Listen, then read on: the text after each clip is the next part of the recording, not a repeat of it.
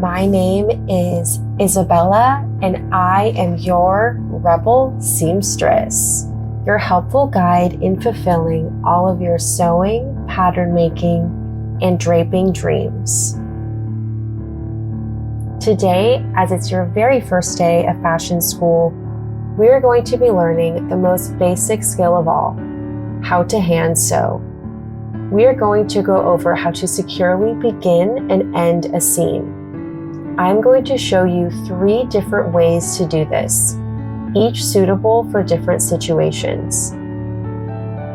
Today, you will need a needle, thread, sewing snips or scissors, and 2 strips of muslin, or any fabric you have is fine.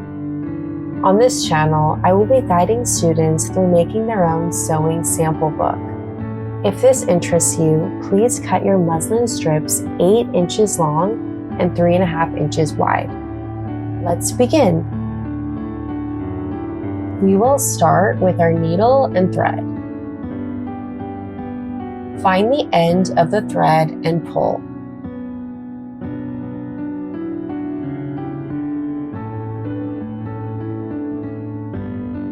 Lick the end to keep the plies together and snip it so it's fresh.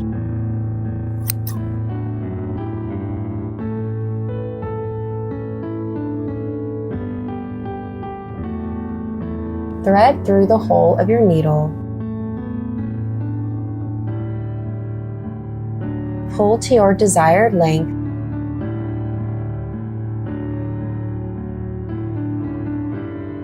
And snip.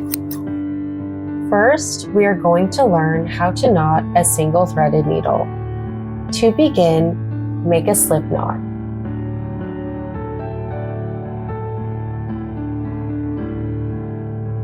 Then we want to make multiple slip knots layered on top of one another in order to make it larger. Sometimes our second or third slip knot runs away from the first one. Here's a good example. When this happens, grab your needle, put it through the loop, and slide it over to the first knot and pull. This is to ensure that they end up on top of one another.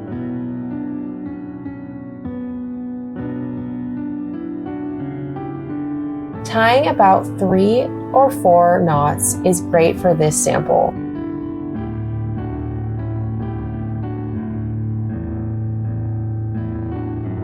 When we lay down our single threaded needle, you will see that one end has our knot while the other end is free.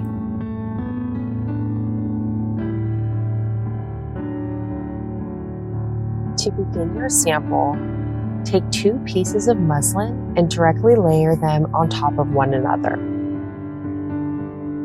I am going to demonstrate each different method separately so you can see what I'm doing more easily. But for your sample book, please sew the 3 methods from today's lesson parallel to one another. We will begin with the single knot method. Take your knotted, single-threaded needle and enter the needle from the back side. You will see that the knot stops one end of the thread, while the other end freely goes through.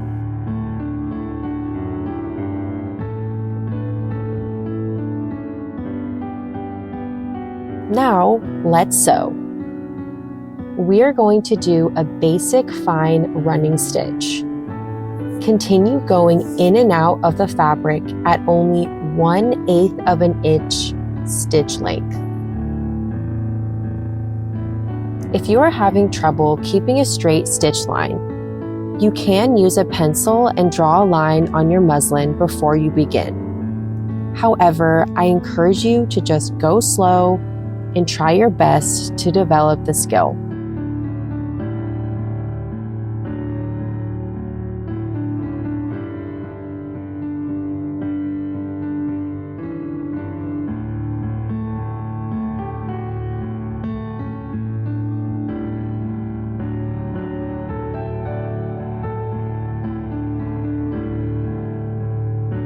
Now let's say you make a mistake stitch that's super slanted and totally off track. You can easily solve this by simply removing the needle from your thread and then use the needle to pull up and remove your mistake stitch. Now just rethread your needle and begin again.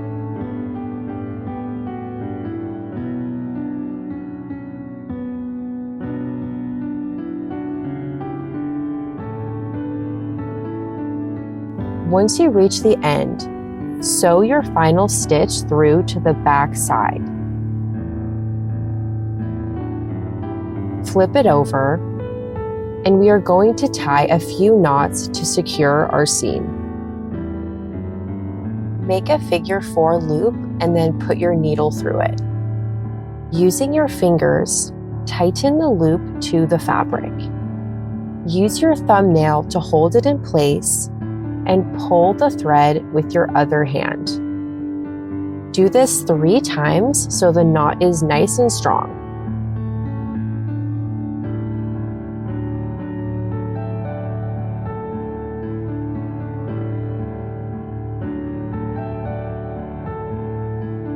Don't forget to snip both sides.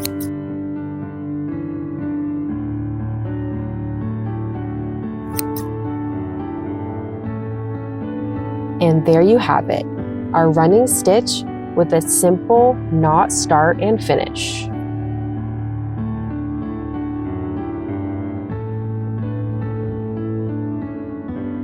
The second method to secure your hand-sewn seams includes backstitching.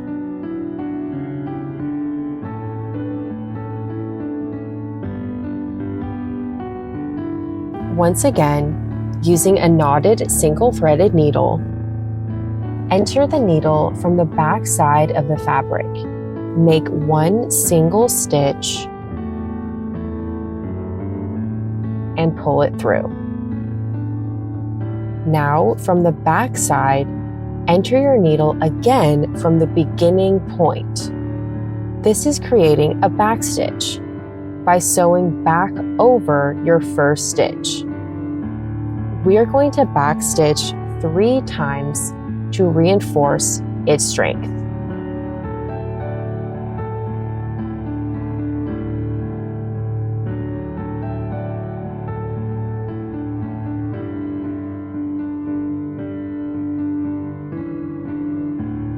And now we will continue to sew.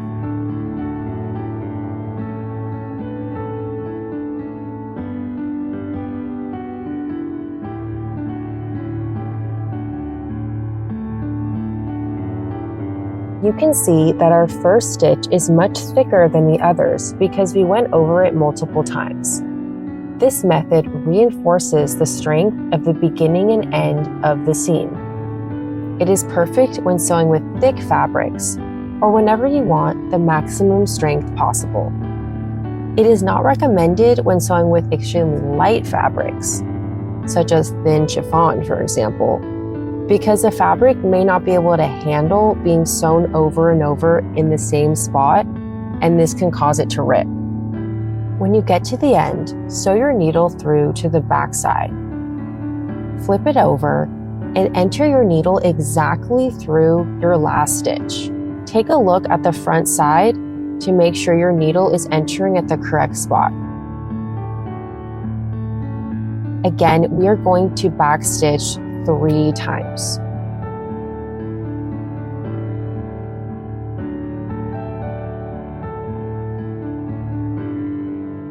To finish off, put your needle through to the back, flip it over, and tie a triple knot.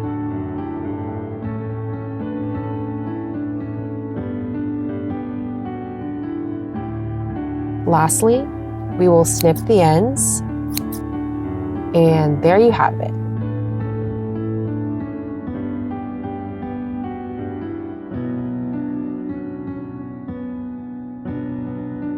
Now we are ready for our third and final method today of how to begin and end hand sewing a seam. This one is historical and slightly more complicated than the others. but once you get it down, it can save you a lot of time in the long run. Begin with a single threaded needle, but there is no need to tie a knot. This time, we are going to start sewing from the front side of the fabric. Enter your needle 1 stitch length away, sewing backwards. You'll see why in just a moment.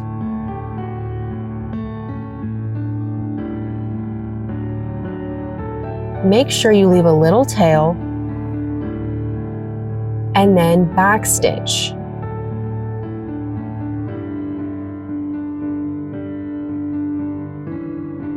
Pull until you get a little loop.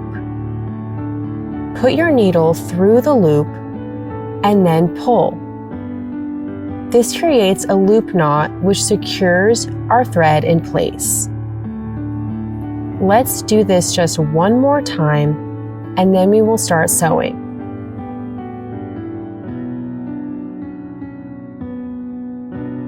Sew directly over your first stitch and then continue forward.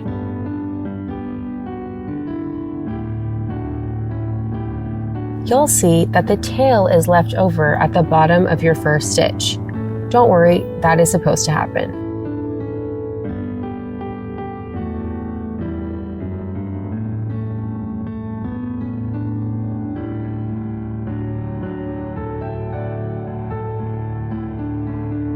When you get to the end, sew your last stitch backwards to the direction you have been going. Carefully pull until you see your little loop, then put your needle through it and pull. We are going to do this 3 times.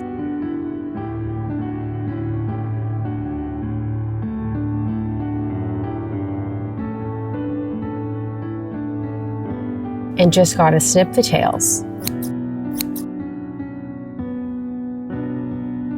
And there you have it.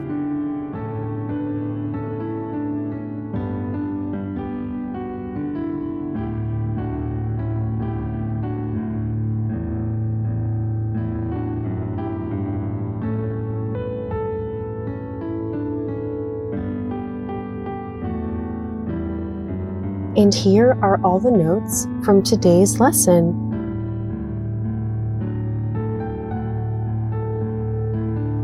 Thank you so much for watching this fashion tutorial with your Rebel Seamstress. To help support the creation of more videos like this, click that like button and leave a comment to let me know if you have found this video helpful or if you are left with any further questions. Your feedback is very appreciated, for it will help me make even better tutorials in the future. And please subscribe to stay tuned for more sewing, pattern making, and draping tutorials to come.